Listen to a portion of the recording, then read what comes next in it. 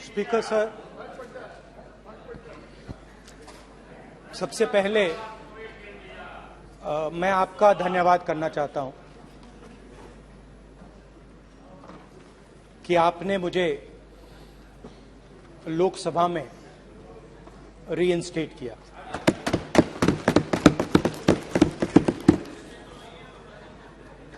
और पिछली बार जब मैं बोला तो शायद मैंने आपको थोड़ा कष्ट भी पहुंचाया, क्योंकि मैंने इतनी जोरों से अदानी जी पे फोकस किया कि जो आपके सीनियर नेता हैं शायद उनको थोड़ा कष्ट हुआ। तो वो जो उनको कष्ट हुआ,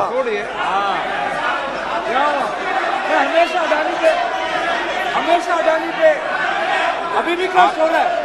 वो जो कष्ट हुआ, अभी भी कष्ट हो रहा है। विषय पे आइए, विषय पे। अभी भी कष्ट हो रहा है। ये देखिए, ये सारे नहीं मगर सुनिए ये है। तो वो जो कष्ट हुआ 1 2 3 4 5 उसका असर शायद आप पे भी थोड़ा हुआ। तो इसके लिए मैं आपसे माफी मांगता हूं, मगर मैंने सिर्फ सच्चाई रखी थी। मगर आज जो मेरे बीजेपी के मित्र हैं, आज आपको डरने की जरूरत नहीं है, डरो मत। क्योंकि आज जो मेरा भाषण है, डरो मत। और आप डरो मत।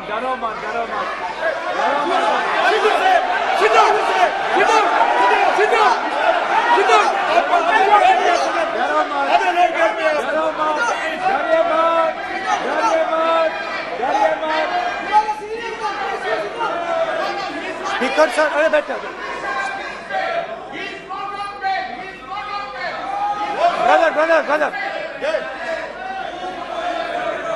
तो आज कोई घबराने की जरूरत नहीं है। आज मैं अपना भाषण, मेन जो भाषण है वो अदानी जी पे नहीं बोलने जा रहा हूं। आप छोड़िए, तो आप रिलैक्स कर सकते हैं, आप शांत रह सकते हैं, क्योंकि मेरा भाषण आज दूसरी डायरेक्शन में जा रहा है।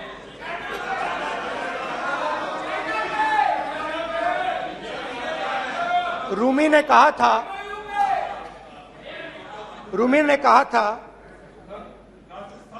जो शब्द दिल से आते हैं वो शब्द दिल में जाते हैं। तो आज मैं दिमाग से नहीं बोलना चाह रहा हूं, मैं दिल से बोलना चाह रहा हूं।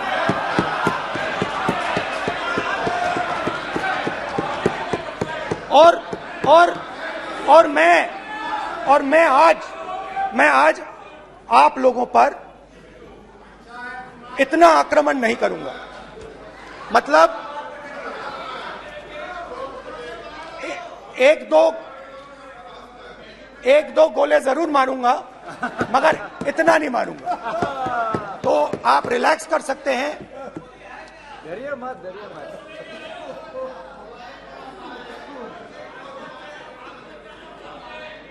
अरे रक्षा मंत्री जी आज संभाल लेंगे आप लोग।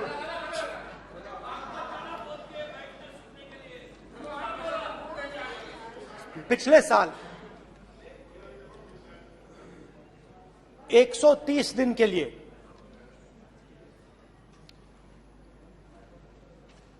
मैं भारत के एक कोने से दूसरे कोने तक गया, अकेला नहीं, बहुत सारे लोगों के साथ।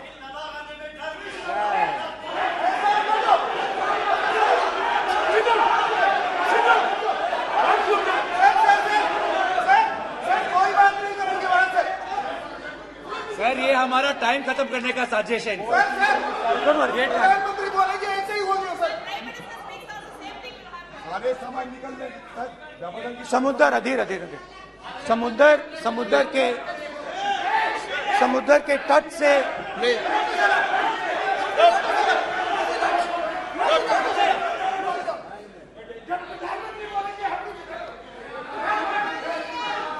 माननीय सदस्य प्लीज प्लीज ऐसे धमकाने का बात की मत बोलो यहाँ पे। यहाँ पे बोलिए, आप उधर भी हाँ बोलिए। प्लीज। मैं समुद्र के तट से कश्मीर की बर्फीली पहाड़ी तक चला। नहीं, लद्दाख को मैंने नहीं छोड़ा। यात्रा अभी खत्म नहीं हुई है, यात्रा जारी है और जरूर लद्दाख आएंगे, घबराइए मत। बहुत सारे लोगों ने मुझसे पूछा यात्रा के दौरान, यात्रा के बाद कि राहुल तुम क्यों चल रहे हो, क्या तुम्हारा लक्ष्य क्या है,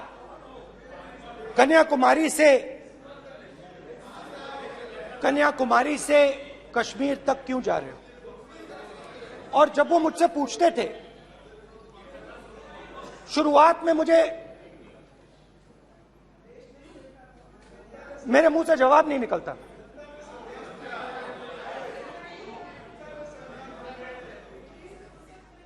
शायद मुझे ही नहीं मालूम था कि मैंने ये यात्रा क्यों शुरू की। जब मैं कन्याकुमारी से शुरू हुआ, मैं सोच रहा था मैं हिंदुस्तान को देखना चाहता हूं, समझना चाहता हूं, लोगों के बीच में जाना चाहता हूं, मगर गहराई से मुझे मालूम नहीं था।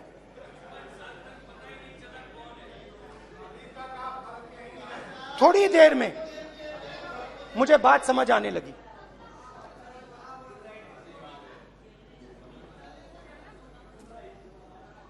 जिस चीज से मुझे प्यार था, जिस चीज के लिए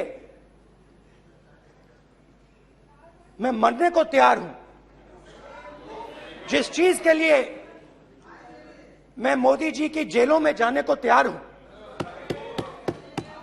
जिस चीज के लिए मैंने 10 साल हर रोज गाली खाई, उस चीज को मैं समझना चाहता था। ये है क्या जिसने मेरे दिल को इतनी। भाई आप रनिंग कमेंट्री बंद करो, नहीं तो हम भी चालू करेंगे। सुनने का अपने धैर्य रखो। जिस चीज ने मेरे दिल को इतनी मजबूती से पकड़ रखा था, उसको मैं समझना चाहता। शुरुआत में जैसे मैंने शुरू किया, सालों से मैं हर रोज 8-10 किलोमीटर दौड़ता हूं, तो मेरे दिमाग में था कि अगर मैं 10 किलोमीटर दौड़ सकता हूं तो 25 किलोमीटर चलने का क्या मतलब, कोई बड़ी बात नहीं। ये मैंने सोचा था। आज मैं उस भावना को देखूं तो वो अहंकार था कि मैं ये कर सकता हूं, ये कुछ नहीं है। तो मेरे दिल में उस समय अहंकार था।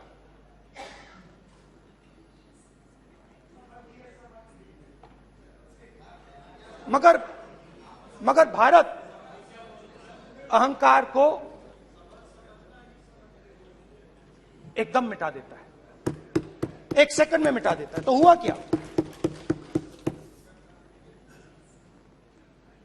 2-3 दिन में मेरे घुटने में दर्द शुरू हो गया। पुरानी इंजरी थी और जबरदस्त दर्द।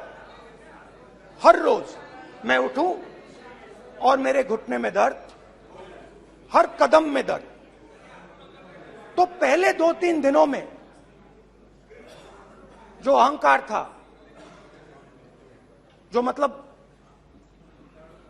भेड़िया जो निकला था, वो चींटी बन गई एकदम। जो हिंदुस्तान को अहंकार से देखने निकला था, वो पूरा का पूरा अहंकार गायब हो गया। और रोज मैं डर डर के चलूं कि क्या मैं कल चल पाऊंगा। ये मेरे दिल में डर था।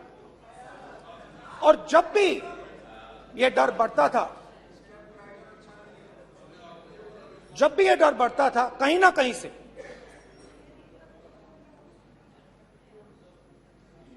कोई ना कोई शक्ति मेरी मदद कर देती थी। एक दिन मैं सह नहीं पा रहा था, एक छोटी सी लड़की आती है, मुझे चिट्ठी दे देती।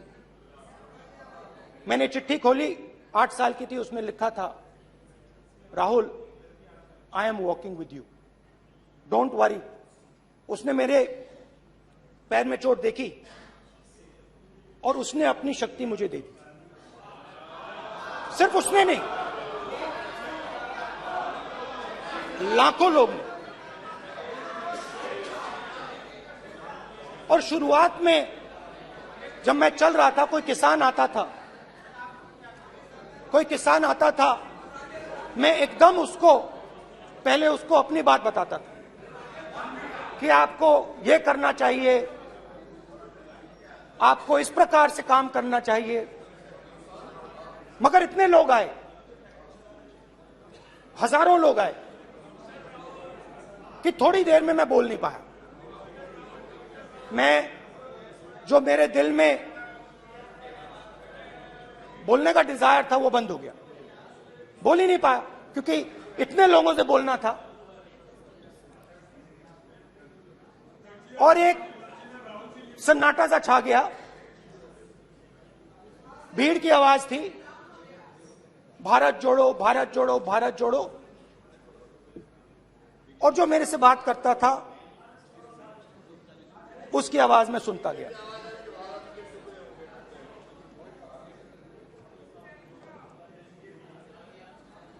हर रोज सुबह 6 बजे से रात 7-8 बजे तक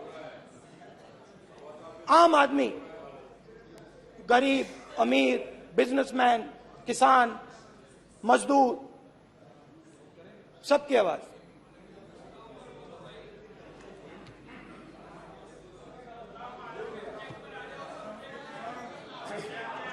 आ रहा हूं। आप कल से रुके, अब थोड़ा और रुक लो, 5-10 मिनट रुक जाओ। तो ये चलता गया, मैं बात सुनता गया। और फिर मेरे पास एक किसान आया, और किसान ने हाथ में रुई पकड़ी हुई थी, और उसने मुझे कहा, अध्यक्ष महोदय, उसने मुझे कहा, मेरी आंख में देखकर उसने मुझे अपना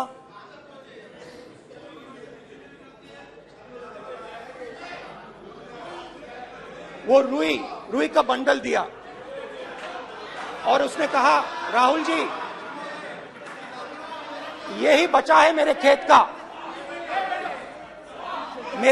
का, यही बचा है, और कुछ बचा नहीं है।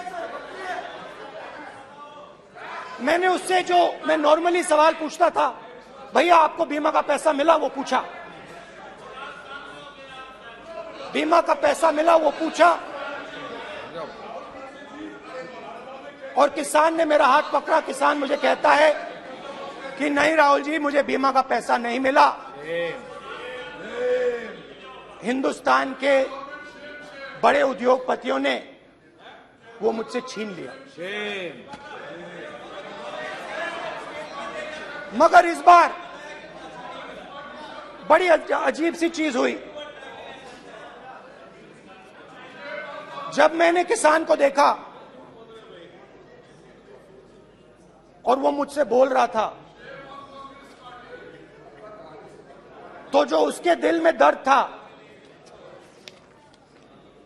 वो मेरे दिल में आया। जो उसके आंखों में शर्म थी जब वो अपनी बीवी से बात करता था, वो शर्म मेरी आंखों में आई। जब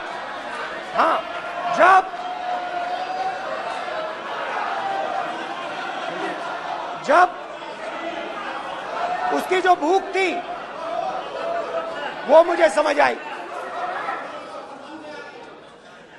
और उसके बाद यात्रा बिल्कुल बदल गई। मुझे भीड़ की आवाज नहीं सुनाई देती थी, मुझे सिर्फ उस व्यक्ति की आवाज सुनाई देती थी जो मेरे साथ बात कर रहा था। उसका दर्द, उसकी चोट, उसका दुख, मेरा दुख, मेरी चोट, मेरा दर्द बन गया। समझने की कोशिश करो।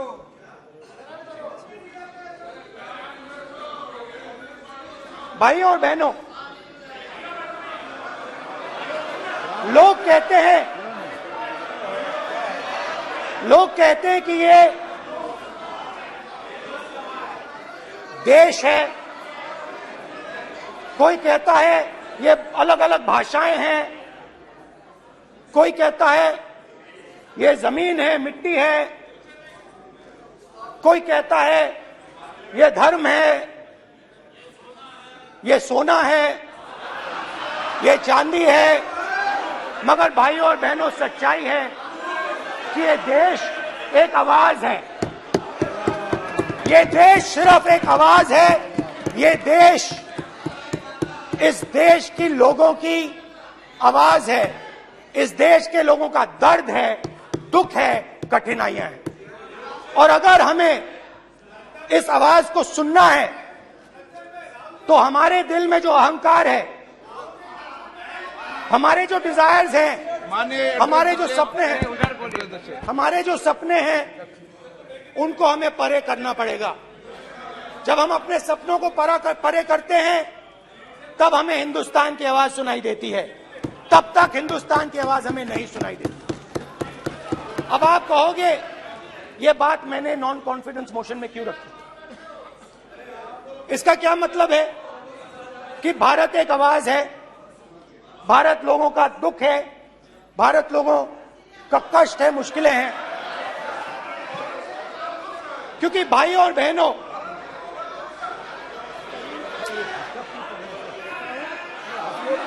अध्यक्ष महोदय, अब पूरा सूद समेत जवाब तुमको मिलेगा। फिर पूरा सूद समेत जवाब देंगे सर।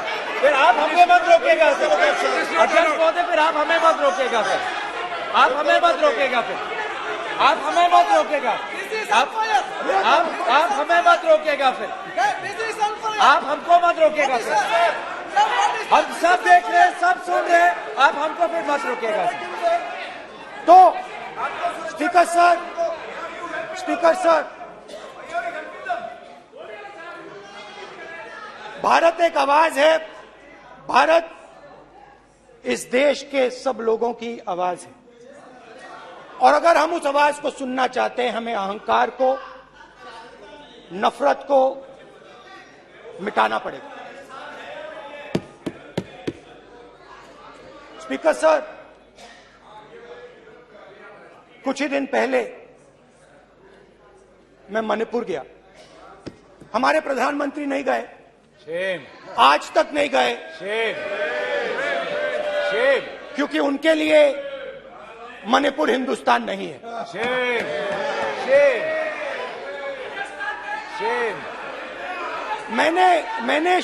मैंने मणिपुर शब्द प्रयोग किया, मगर आज की सच्चाई यह है कि मणिपुर नहीं बचा है। मणिपुर को आपने दो भाग में कर दिया है। मणिपुर को आपने बांट दिया है, तोड़ दिया है। मैं मणिपुर में रिलीफ कैंप्स में गया। रिलीफ कैंप में आज जा रहा हूं,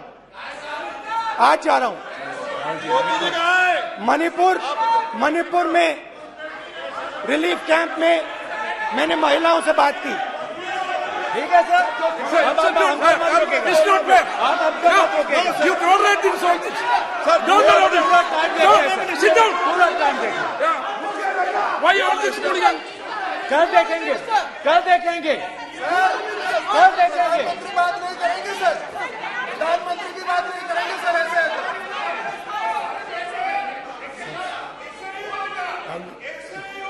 सूद समय मैं जवाब मणिपुर देने का गया और मणिपुर के कैंप्स में मैंने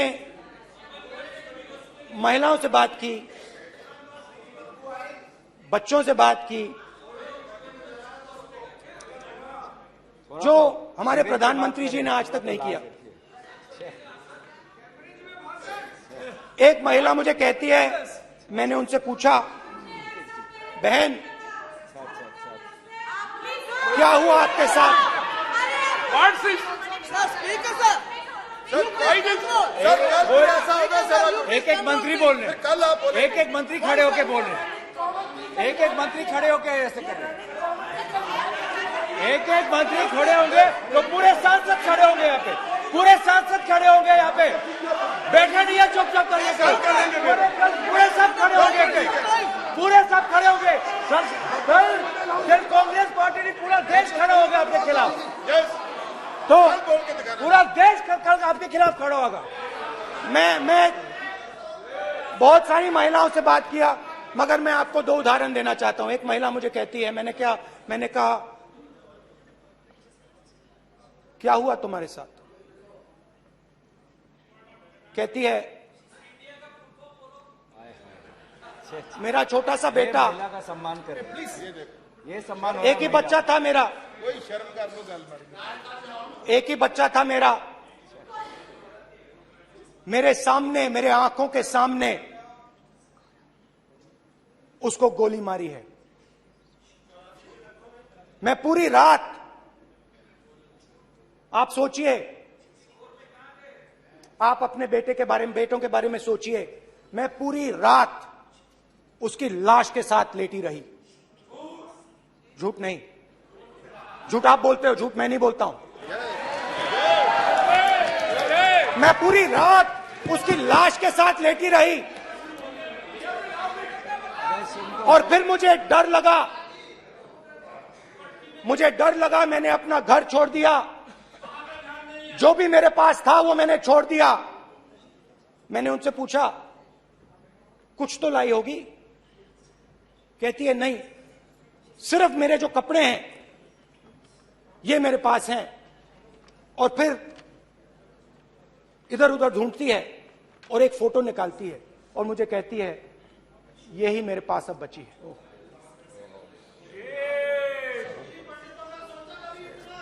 एक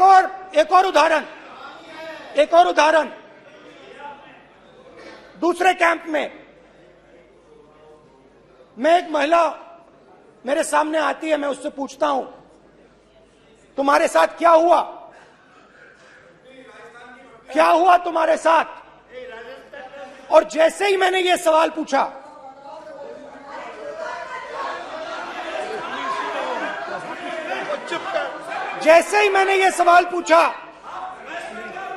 आप महिला का दर्द नहीं सुन सकते, महिला का दर्द नहीं सुन सकते, महिला का दर्द सुनने का आपका धैर्य नहीं है, महिला का दर्द नहीं सुन सकते, महिला का दर्द नहीं सुन सकते।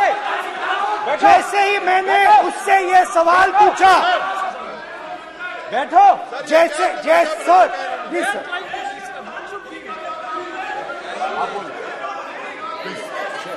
शर्म करिए, शर्म करिए। जैसे ही मैंने उससे सवाल पूछा, तुम्हारे साथ क्या हुआ, शर्म नहीं है तेरे को? वैसे ही एक सेकंड में वो कांपने लगी। उसने अपने दिमाग में वो दृश्य देखा और वो बेहोश हो गई। मेरे सामने कांपती हुई बेहोश हो गई। तो ये मैंने आपको सिर्फ 2 उदाहरण दिए हैं।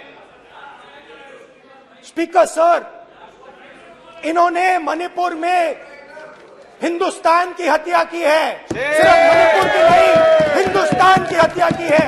इनकी राजनीति ने मणिपुर को नहीं, हिंदुस्तान को मणिपुर में मारा है। हिंदुस्तान को कत्ल किया है, हिंदुस्तान का मर्डर किया है मणिपुर में। जैसे मैंने भाषण के शुरुआत में बोला, भारत एक आवाज है, भारत हमारी जनता की आवाज है, दिल की आवाज है। उस आवाज की हत्या आपने मणिपुर में की। इसका मतलब भारत माता की हत्या आपने मणिपुर में की।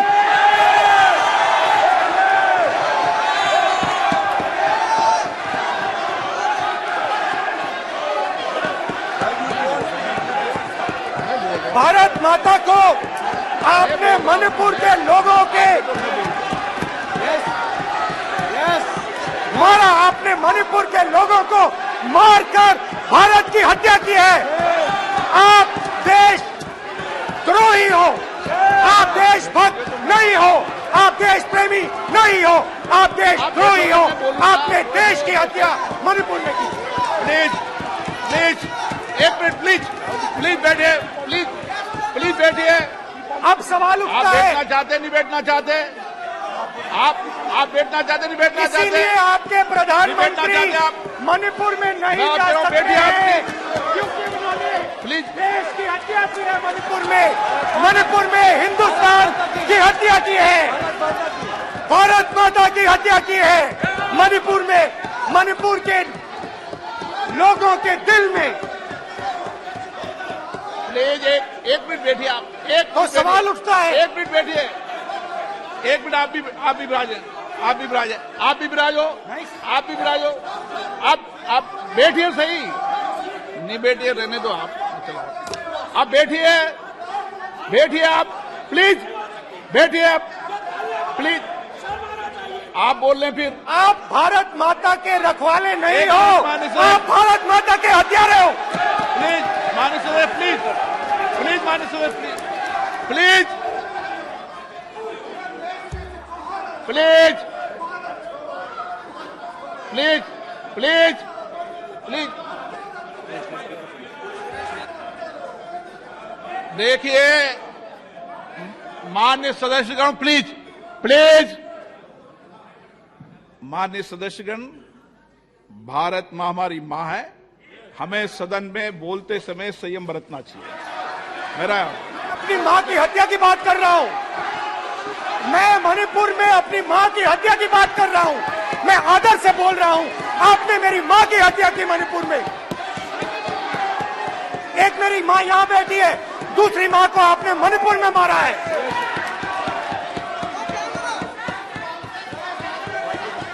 और हर रोज जब तक आप हिंसा को बंद नहीं करोगे, तब तक आप मेरी मां की हत्या कर रहे हो। हिंदुस्तान की सेना मणिपुर में एक दिन में शांति ला सकती है, हिंदुस्तान की सेना का आप प्रयोग नहीं कर रहे हो, क्योंकि आप हिंदुस्तान को मणिपुर में मारना चाहते हो।